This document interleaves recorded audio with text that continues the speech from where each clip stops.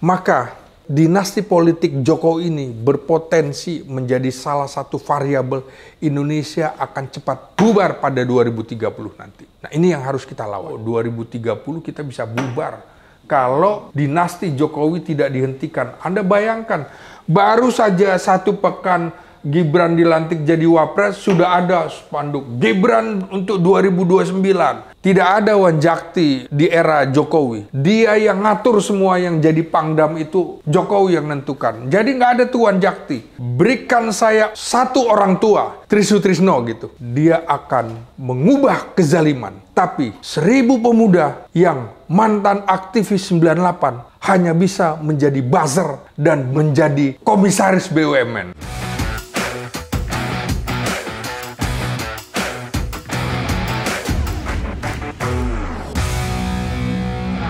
Kembali lagi bersama saya Abraham Samad Speak Up. Hari ini saya menghadirkan tamu yang luar biasa, netizen, sahabat kita semua, Bung Slamet Ginting. Ya. Assalamualaikum. Waalaikumsalam warahmatullahi wabarakatuh. Bung Slamet ini netizen pengamat militer dari Universitas Nasional, UNAS ya. Bung Slamet kan kemarin diundang ya. Betul. Dalam halal bil halal mungkin ya. Iya. Purnawirawan dan Pak Prabowo. Saya lihat yang hadir di sana ada Pak Tri Sutrisno ya. Iya, betul. Ada Wiranto, Iya. para petinggi lah, Iya. para bintang, bertaburan. Bertaburan. Dan yang menarik kemarin saya lihat, Bung Slamet, ketika Pak Tri pulang itu, yang tuntun itu Ibu Titi ya. Saya lihat ya, dia pegang sampai naik ke kendaraan ya, kalau nggak salah lihat. Benar nggak Pak Slamet ya? Saya kurang memantau sampai apa. Tapi saya lihat begitu di layar gitu. TV ya, Iya, kayaknya Ibu Titi akrab banget ya, dia saking dia hormatinya gitu Betul, menurut betul, saya. betul. Yang saya tangkap bahwa Ibu Titi ini betul-betul menghormati. Jadi saya mengambil kesimpulan orang ini semua menghormati Pak Tri bukan sekedar karena dia mantan panglima, bukan sekedar karena dia mantan wakil presiden, tapi dia sosok yang punya integritas. Kira-kira begitu ya? Iya, betul. Karena orang kan dihargai betul itu kalau dia Iya. punya integritas walaupun Iya. udah pensiun. Jadi pantas lah kalau orang Iya. semua hargai ya. Kalau Pak Slamet lihat nih keadaan kemarin, bisa nggak digambarkan situasi kemarin tuh? Iya, Halal. kebetulan saya diundang sebagai KBT itu, keluarga besar tentara. Oke. Gitu. Jadi itu halal bihalal presiden bersama dengan purnawirawan dan keluarga besar TNI Polri. Nah, memang menarik, pengantinnya 2 itu ya, Prabowo Subianto dengan Tri Sutrisno. Bintangnya ya? Bintangnya. Oke. Karena Prabowo ini kan sebenarnya ditunggu-tunggu publik. Iya, Kapan pertemuan Prabowo dengan Tri Sutrisno? Oke. Nah, itu terkait dengan tentu saja petisi dari Forum Purnawirawan Prajurit TNI. Yang minta Gibran diberhentikan kan? Iya, betul. Diganti, diminta mundur. Oh, mundur ya? Diminta mundur. Kan 8 poin itu salah satu poin meminta. Poin ke-8 itu kan yang menjadi pusat perhatian nasional maupun internasional. Iya, karena ini purnawirawan nggak main-main ya. Purnawirawan. Nah, figur Tri Sutrisno ini bukan baru kali ini saja menjadi pusat perhatian, mengkritik pemerintah dan segala macam. Pernah satu ketika sekitar tahun 2018, Tri Sutrisno itu mendatangi MPR. Dan dia meminta MPR mengembalikan GBHN, garis besar haluan negara, dan bukan program jangka menengah ataupun jangka pendek ataupun jangka menengah. Yang seperti sekarang RPJM itu bukan Iya, begitu? betul. Waktu itu Presiden SBY menanggapinya dengan bijak. Nah, ini mungkin perlu dicontoh juga oleh Prabowo Subianto. Karena sama-sama dari militer nih. SBY dari militer, Prabowo dari militer menghadapi seniornya. Paling senior. Pak Tri, paling senior. Jadi Pak SBY ini apa-apaan ya kira-kira yang dilakukan Pak Tri ke MPR. Dia kirim itu Panglima TNI Joko Suyanto dan pimpinan TNI lainnya, misalnya Kapuspen dan lain, untuk mendatangi Pak Tri di rumahnya. Tanyakan, apa maksudnya? Setelah dijelaskan, ini kalau GBHN tidak dihidupkan kembali, maka semuanya program-program jangka pendek, jangka menengah hanya untuk pikirannya eksekutif aja. Tidak berpikir jangka panjang. Padahal seharusnya ini dibicarakan bersama dengan parlemen, yudikatif, dan lain-lain, pikiran bangsa ke depan. Setelah dijelaskan oleh Pak Tri di kediamannya, baru kemudian kalau gitu kita atur pertemuan dengan Pak Tri. Ternyata pikirannya visioner ke depan. Bertemulah Pak SBY dan lain-lain. Tidak cukup di situ. Pak Tri juga pernah melakukan gerakan yang namanya cabut mandat bersama tokoh aktivis senior Bang Hariman Siregar. Mengagetkan kok dia bisa seperti itu. Tapi Pak SBY menanggapinya dengan tenang. Waktu itu Pak SBY dengan JK, tujuannya baik nih pasti. Jadi jangan kita menuduh yang reaktif begitu ya. Jadi saya ingat kata-kata Bung Karno, kira-kira begini, berikan saya satu pemuda akan merubah dunia. Berbeda dengan 1000 orang tua hanya punya mimpi. Nah, tapi sekarang kondisinya berbeda. Berbalik. Berikan saya satu orang tua, Tri Sutrisno gitu. Dia akan mengubah kezaliman. Tapi 1000 pemuda yang mantan aktivis 98 hanya bisa menjadi buzzer dan bermimpi menjadi komisaris BUMN. Nah, itu kan beda betul. Jadi, kalau kita melihat tokoh Tri Sutrisno itu, mengapa Titik Prabowo juga begitu menghormati? Karena begini, ada cerita. Dulu itu Panglima ABRI Jenderal M. Yusuf itu mendatangi Pak Harto, meminta Pak Tri untuk disegerakan menjadi perwira tinggi. Kata Pak Harto, jangan dulu, biar matang dulu. Dia harus saya sekolahkan dulu Seskogap. Tahun 77 Seskogap. Udah selesai Seskogap, ditagih lagi. Jenderal Yusuf menagih ke Pak Harto, Pak, ini udah selesai Seskogapnya. Sudah saatnya menjadi bintang. Tidak, nanti dulu Yusuf. Sabar dulu. Saya kembalikan lagi jadi ajudan. Biar dia matang. Sudah selesai, Pak, ini sudah setahunan ini. Dari waktu yang Bapak janjikan. Saatnya jadi perwira tinggi. Tidak, katanya. Jadikan dia kasdam dulu. Matangkan dia di daerah yang paling rawan, Timur-Timur. Berarti menjadi Kasdam Udayana, supaya dia bisa memimpin staf untuk memantau gerakan intelijen, gerakan operasi dan lain-lain. Dimatangkan. Beda sekarang ya? Beda sekarang. Sekarang dikarbit kadang-kadang orang. Itu dikarbit. Begitu kan, sekarang ya? Iya. Nah, ini yang saya bilang, mestinya meritokrasi di lingkungan TNI kembali. Seperti dulu? Seperti dulu. Sekarang kalau Bung Slamet lihat di tubuh TNI, meritokrasi nggak jalan ya? Di era Jokowi nggak jalan. Yang jalan, siapa yang dekat itu yang dapat ya? Nah itu dia, itu yang akan saya kritik. Bahkan masih saudara dari Pak Harto, Wismoyo Arismunandar, itu dijadikan kasdam di Papua supaya matang selalu. Itu kan daerah operasi semuanya. Bukan dikasih di kota ya? Bukan di dikasih di kota, bukan di Solo ya, bukan dia. Ya, jadi menurut saya begini ya.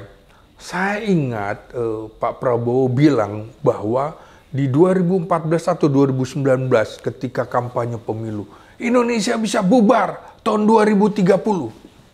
Nah, sekarang saya mau ingatkan Pak Prabowo. Indikasi Indonesia akan bubar 2030 terbuka lebar. Variabelnya begini.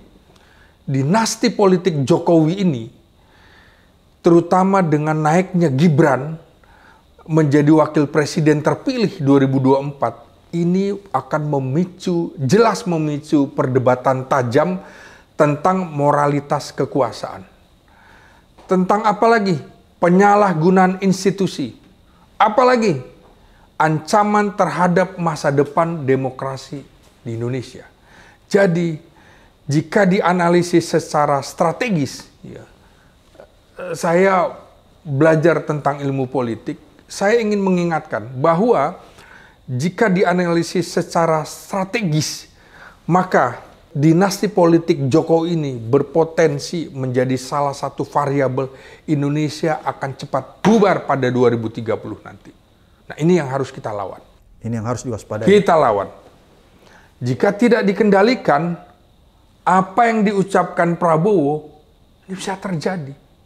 Karena itu kita harus berpikir bersama. Jadi apa yang dikemukakan oleh Purnawirawan itu justru menunjukkan bahwa justru yang demokratis itu para Purnawirawan gitu loh.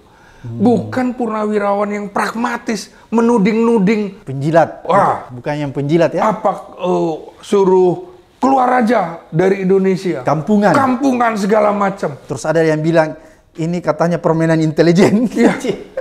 Aduh, saya bilang dibuat-buat semuanya. Jadi gitu ya. Mengapa politik dinasti Jokowi ini berbahaya sebagai variabel disintegrasi? Saya akan menjelaskan. Oke. Satu, legitimasi konstitusi yang dipaksakan. Nah, ini kan jelas bahwa putusan Mahkamah Konstitusi soal batas usia cawapres gitu.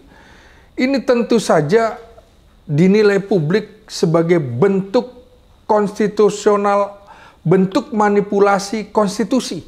Ini manipulasi konstitusi. Untuk apa? Untuk memuluskan anaknya Jokowi. Nah, kedua, saya bilang, ini juga memunculkan krisis legitimasi. Akan terus ini, Bung. Jadi jangan dianggap kemudian selesai dengan pesan moral dari Purnawirawan ini. Enggak, akan terus. Dan ini menciptakan sentimen anti pusat nih, Bu. Jadi bisa ancaman des ya? Iya, ini karena nanti mereka kehilangan respek terhadap pemerintah pusat. Dan kehilangan harapan. Iya, oh berarti politik dinasti boleh dong. Nanti daerah-daerah akan melakukan yang sama. Ini bahaya. Yang kedua, jelaskan ada konsentrasi kekuasaan di keluarganya. Bayangkan rencana semula, setting untuk menjadikan Ridwan Kamil berpasangan dengan Kaesang. Itu kan sebuah rahasia yang udah terbuka gitu loh. Ini konsentrasi kekuasaan pada satu keluarga.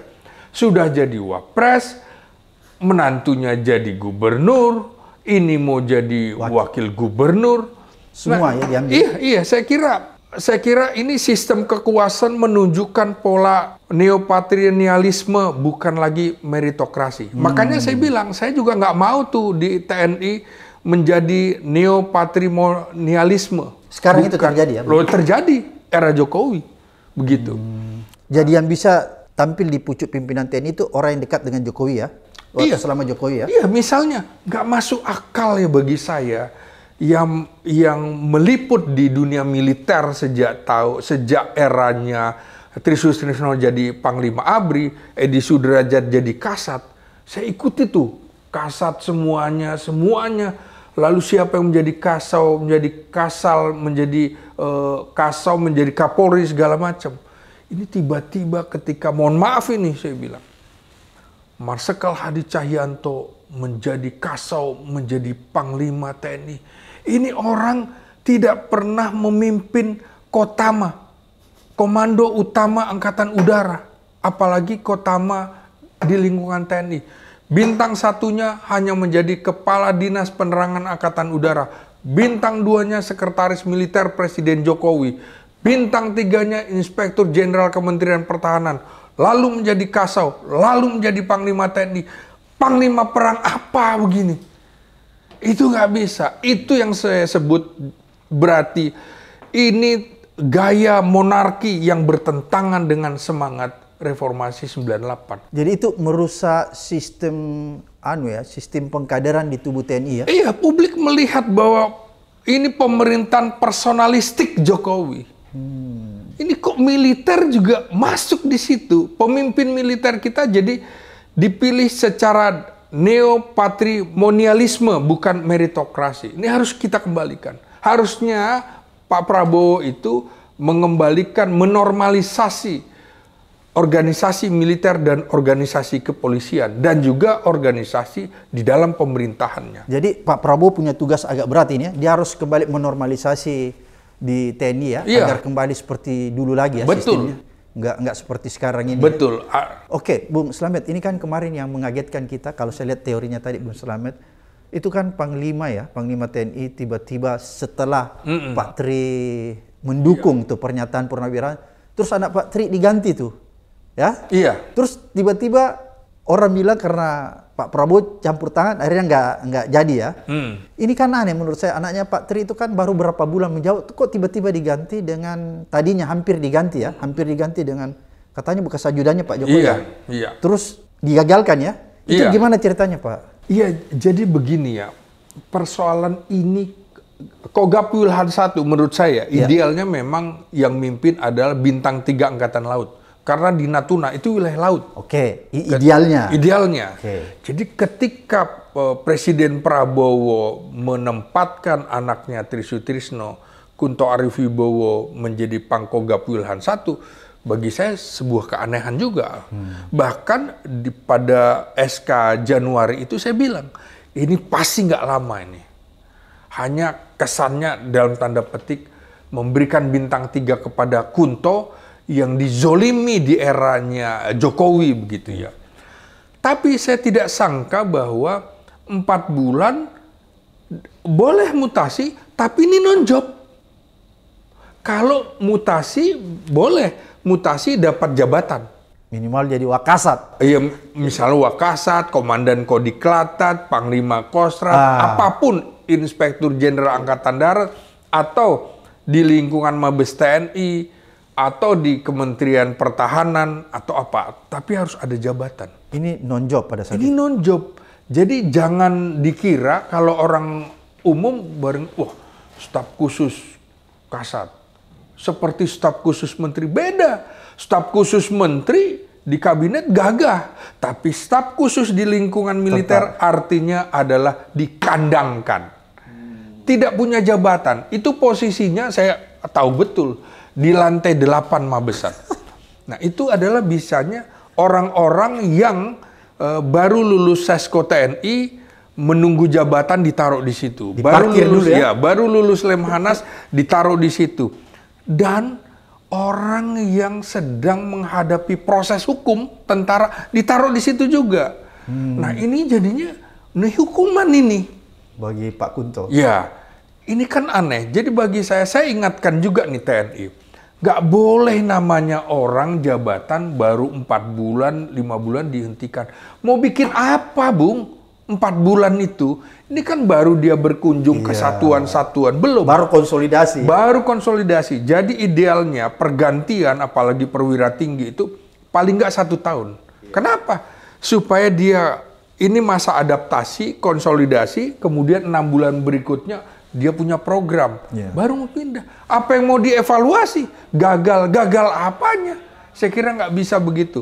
Nah, yang menarik lagi adalah penggantinya. Penggantinya adalah Laksamana Muda Hersan. Sebelumnya adalah Panglima Komando Armada 3 di Papua. Siapa Hersan ini? Nah, Hersan ini adalah bekas sekretaris militer Presiden Jokowi, bekas ajudan Presiden Jokowi 2014-2016.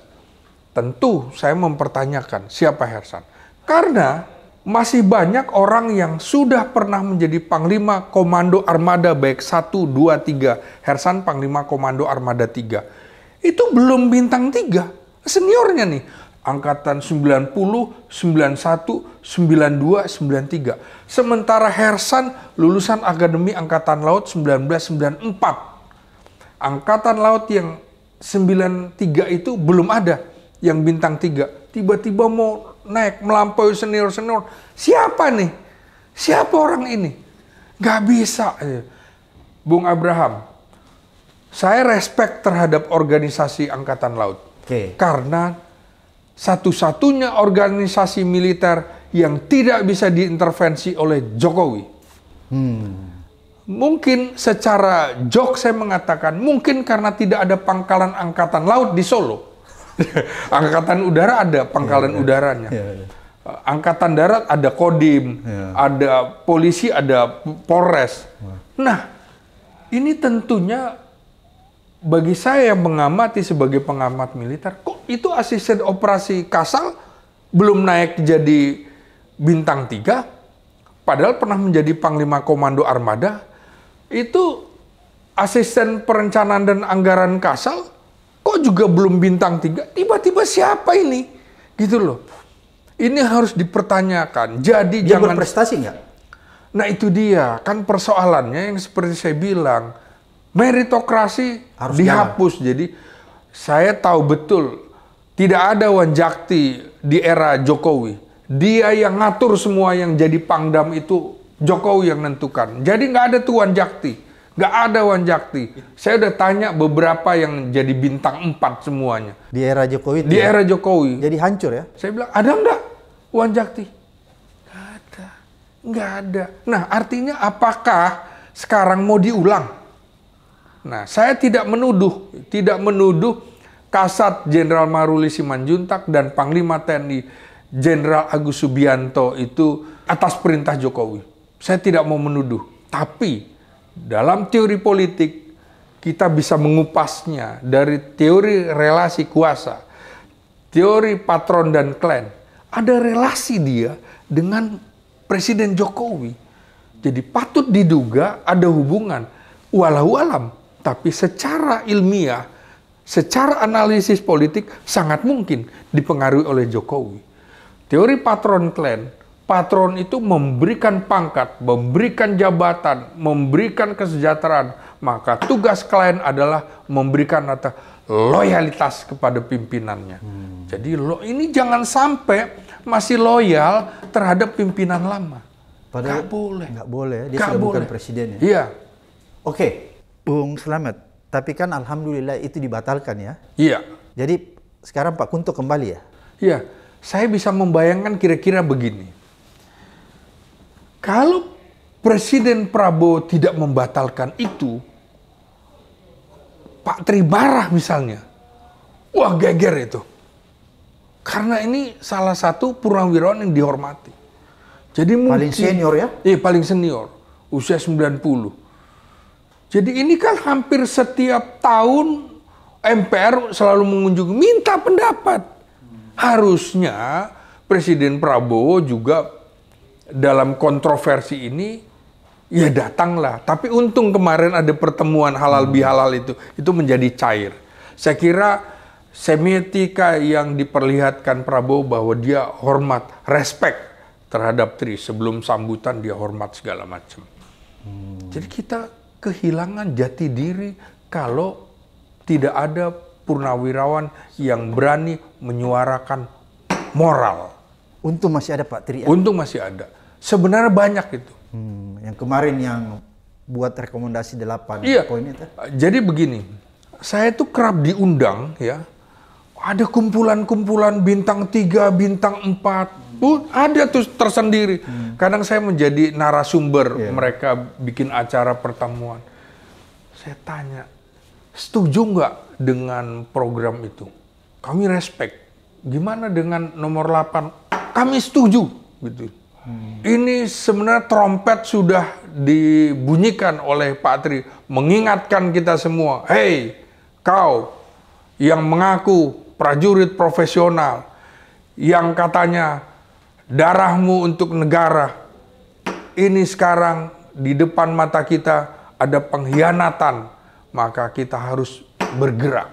Jadi ketika ada orang yang kemudian melakukan kontra, orang akan melihat juga, oh ini yang kontra-kontra itu antara elit-elitnya yang suka keluar masuk ke Solo, kan begitu. Nah, ini yang juga harus kita ingatkan. Saya tidak menuduh Panglima TNI, kemudian Kasat, Kasau itu atas perintah Jokowi, enggak. Tapi silahkan saja publik menilai. Tapi Bung Slamet, tunggu dulu. Iya. Saya penasaran nih. Apa yang dilakukan Panglima ini kan baru pertama kali terjadi di Indonesia ya? Dia terus tiba-tiba dibatalkan kan? Jadi sebenarnya nggak juga. Di tentara itu dalam semua saya kira, dalam organisasi, keputusan kan pasti di bawahnya. Apabila ada kekeliruan, akan diperbaiki. Nah. Jadi biasa saja ya? Biasa saja. Tapi kan begini, harus ada konsekuensi dong. Ini kan jenderal bintang 4. Harusnya dia sebelum mengeluarkan satu keputusan, dia sudah pikirkan tuh.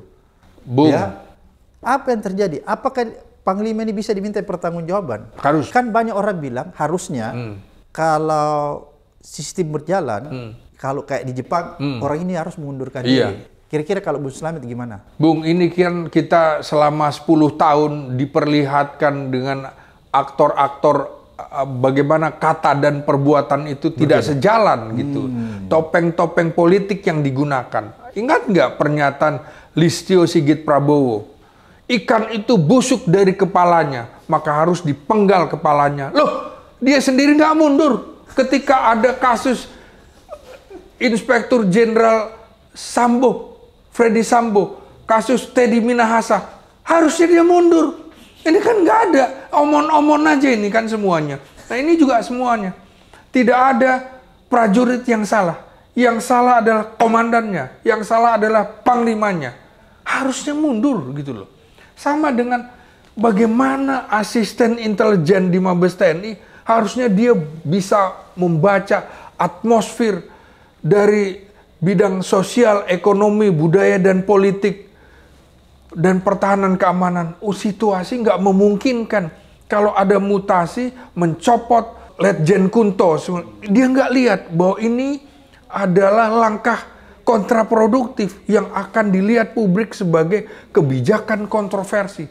Belum lagi ada Angkatan Laut pensiun jadi Pati Angkatan Darat. Besok-besok jangan-jangan ada perwira tinggi kepolisian pensiun menjadi marsekal, kan gitu, menjadi Angkatan Udara. Ini kan payah administrasinya. Bertanggung jawab nih. Siapa? Aspes Mabes TNI. Akui kesalahanmu. Siapa asisten intelijen Mabes TNI? Akui kesalahanmu. Karena kau tidak bisa memberikan input yang benar kepada pimpinanmu. Nah ini juga harus dibuka. Apa iya misalnya pada waktu prasidang di Mabesal ada nama Laksamana Muda Hersan yang akan diusulkan menjadi Pangkogap Wilhan? Buka dong semuanya. Apakah ada prasidang di Mabesat untuk mencopot Kunto Arif Wibowo sebagai staf khusus Kasat? Kita harus buka. Wanjakti itu saya ingat. Bagaimana saya diperlihatkan oleh keluarga Jenderal Ahmad Yani, Wanjakti pada era-era 65 gitu. Bagaimana waktu itu menjadi sekretaris Wanjakti, Brigjen Ahmad Yani. Saya diperlihatkan data oleh keluarganya. Nih, ini belum bisa jadi jenderal dari kolonel itu. Wah ini harus misalnya, Jamin Ginting harus disekolahkan dulu ke luar negeri supaya dia punya hubungan internasional. Kalau ke luar negeri dia bisa menjalankan diplomasi militer misalnya. Ini Kolonel Latif nggak boleh ini naik, ini terindikasi merah komunis. Ini belum bisa nih, sekolahnya juga belum benar, harus disekolahkan dulu lagi di dalam negeri. Ini harus diputar dulu segala. Jadi jelas ya? Jadi jelas semuanya. Dilihat semuanya.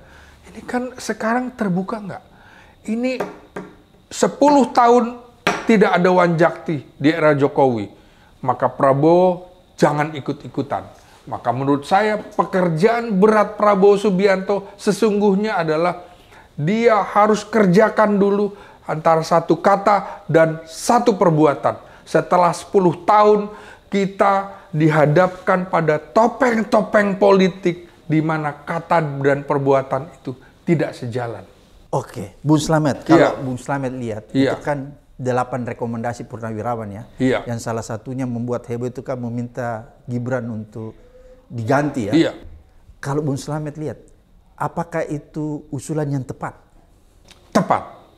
Saya bilang tepat. Karena begini, kalau tidak Bung, ini tadi 2 poin sudah saya jelaskan, itu juga akan memicu yang namanya oposisi ekstrim.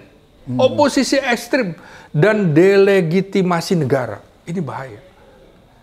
Penjelasannya adalah ketika rakyat telah kehilangan kepercayaan terhadap pemerintah karena sistem politik dikendalikan oleh keluarga atau oligarki yang terbatas itu, maka saluran untuk alternatif nggak ada, akan memunculkan radikalisme. Radikalisme, kenapa? Ya karena akan ada gerakan-gerakan sipil. Ini harus diantisipasi. Gerakan sipil, gerakan agama, gerakan di daerah. Kita harusnya sudah belajar dong dari peristiwa ketika era pemerintahan Soekarno. Memicu gerakan-gerakan sipil, ada agama, gerakan ekonomi. Karena tidak punya ruang lagi untuk menyuarakan begitu. Dan ini sistem akan mendorong sistem menjadi ke arah anti negara. Oke, karena negara tidak bisa memberikan contoh gitu. Nah, ini ada lagi. Oke. Saya kira ini sesungguhnya mengingatkan soal regenerasi, Bu. Jangan dulu, Bung Slamet. Iya. Apakah ini kan kewenangan ada di DPR, MPR? Iya. Apakah sebaiknya, kan DPR tahu tuh bahwa ada rekomendasi purnawirawan yang diajukan ke Prabowo, walaupun bukan ke mereka. Iya. Apakah sebenarnya dengan kejadian ini harus DPR dan MPR itu responsif? Harusnya kan dia mengundang purnawirawan ya, terus mengkaji usulannya itu, kemudian menindaklanjuti. Kalau menurut Bung Slamet, apa sih yang harus dilakukan DPR supaya dia responsif? Iya, DPR harus tahu dulu nih soal regenerasi kepemimpinan nasional. Anda jangan munafik lah para aktor politik dari partai-partai politik gitu ya. Karena menurut saya dominasi keluarga. Ini dominasi keluarga. Satu keluarga menyebabkan generasi muda dan tokoh-tokoh potensi lain itu kehilangan peluang untuk maju melalui jalur demokrasi. Anda ingat Hitler maju lewat kancah demokrasi, tapi setelah itu dia menjadi binatang buas politik. Nah, ini juga jika elit politik termasuk DPR ini tadi didominasi oleh satu keluarga dan kelompok tertentu yang terafiliasi dengan Jokowi misalnya, ini tentu akan membuat terjadinya stagnasi kepemimpinan nasional. Karena itu menurut saya peringatan moral dari para purnawirawan itu ditujukan juga kepada partai politik yang saya sudah kehilangan kepercayaannya, Bung. Sekarang.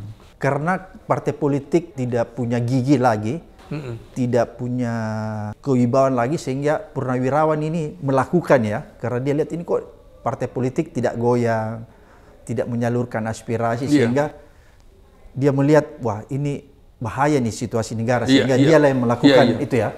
Iya, saya kira memang harus ada ya krisis kepercayaan terhadap pemerintah pusat, ini harusnya dibaca oleh Presiden Prabowo Subianto.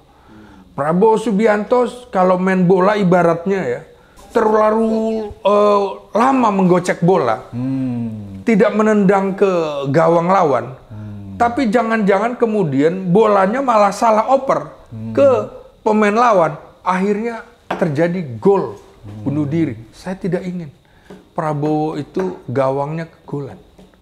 Oke. Nah, itu ilustrasinya. Itu ilustrasinya. Jadi oleh karena itu, menurut Bung Slamet Ginting, memang perlu dilakukan pergantian wapres supaya tidak terjadi gol di gawang sendiri. Iya betul, karena ini akan memicu kalau tidak krisis kepercayaan terhadap pemerintahan Prabowo Subianto. Karena mengapa? Ini kan menjadi krisis terhadap kesetiaan terhadap Negara Kesatuan Republik Indonesia. Ingat loh, TAP MPR tentang KKN masih berlaku. Ya. Masih berlaku. Bisa tuh digugat dari situ. Ada juga Undang-Undang 28 tahun 99 tentang penyelenggaraan yang bersih, bebas dari korupsi Iya, betul. dan nepotisme. Iya. Jadi ini kan dengan keluarga Jokowi orang merasa termarginalkan secara politik, secara ekonomi. Ini yang membuat saya bilang konsolidasi kekuasaan oleh Presiden Jokowi waktu itu, jika tanpa koreksi, ini kan nggak ada yang berani lagi nih koreksi. Ya kita harus hormat dong kepada purnawirawan. Patri, Dan purnawirawan itu lain. koreksi terhadap apa? Kalau tidak ada koreksi, ini berisiko menciptakan perlawanan horizontal antar warga. Dan juga apa? Vertikal antara rakyat dengan pemerintah Prabowo Subianto. Jadi justru dia sayang kepada Prabowo. Pak Tri ya? Iya. Pak Tri ini kan lulusan 59, Prabowo lulusan 74, beda 15 tahun gitu kan. Dia mengingatkan juniornya. Anaknya? Ya anaknya lah. Jangan sampai kemudian terjadi krisis vertikal, rakyat menuding pemerintahan Presiden Prabowo. Ini rasa sayang, seperti Pilkina, memang pahit begitu ya, tapi untuk menyembuhkan. Nah, jadi kemudian, harus kita apresiasi Pak Tri. Iya, iya. Jadi gini ya, jika kombinasi antara oligarki yang dibangun Jokowi, kemudian ini akan menyebabkan stagnasi ekonomi. Apalagi kita sekarang perang tarif sudah terjadi segala macam. Belum lagi persoalan dinasti politik Jokowi selesai, kita diserbu dengan perang tarif. Maka skenarionya, seperti saya bilang tadi, ini jangan sampai kita mengamini apa yang dikhawatirkan Presiden Prabowo. 2030 kita bisa bubar.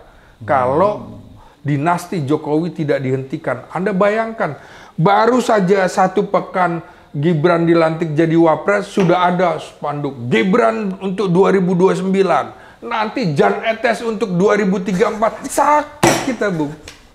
Jadi Prabowo harus hati-hati dengan Gibran. Prabowo harus hati-hati. Karena Gibran mau jadi presiden di 2029 ya. Iya.